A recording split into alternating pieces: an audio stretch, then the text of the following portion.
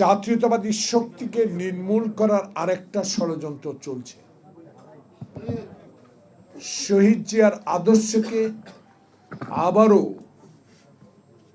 বাংলাদেশের জনগণের মন থেকে সরিয়ে নেবার আরেকটা দুষ্ট চক্রান্ত চলছে বলে আমি ক্ষুদ্র একজন রাজনৈতিক কর্মী হিসেবে মনে করি।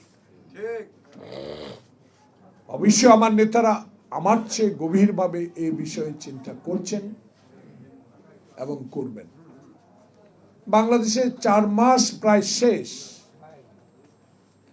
এখনো যদি 18 কোটি মানুষের সামনে সবচেয়ে সরকার প্রধান যিনি, তার মুখের কথা, বক্তব্য, ভাষণ পরের দিন যদি তার একজন কর্মকর্তা আরেক মন্তব্য প্রকাশ করেন, তাতে গণমাধ্যমে প্রকাশিত সংবাদের প্রতি মানুষের মন খারাপ হয়ে পড়ে। আমি জানি না ডক্টর ইউনূস সরকার বাংলাদেশে কখন, কোন সময়, কোন দিন নির্বাচন দিবেন। নিশ্চয়ই বাংলাদেশের 16 বছরে নির্যাতিত দলগুলোর পক্ষের কথা ওনাকে অবশ্যই শুনতে হবে। দয়া করে কারো কথায় কান দেবার দরকার নেই।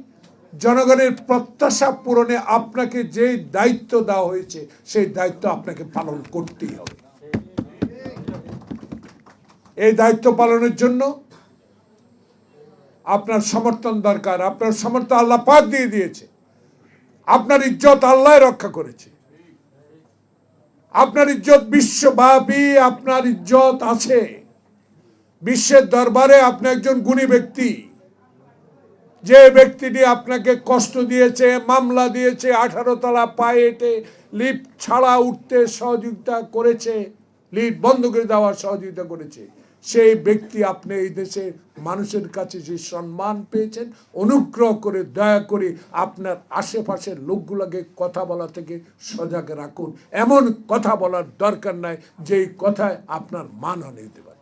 দেশ চালান আপনারা, উপদেষ্টা আপনারা, মন্ত্রণালয় চালান আপনারা, বিজেপি চালান আপনারা। কোন পথে 3 মাস পর ওবায়দুল কাদের দেশ ছাড়লো, এটা যদি উপদেষ্টা বলে উনি জানেন না, এটা তো আমি গ্রহণ করতে পারি না। পার্লামেন্টে শেখ হাসিনা আজকে ভারতে বসে আরামসে সকালে কফি খান আর মাঠে হাঁটেন, পার্কে হাঁটেন, থাকেন না, আরাম করে থাকেন। বাংলাদেশে আপনাকে আসতেই হবে, বিচারের সম্মুখীন আপনাকে হতে হবে।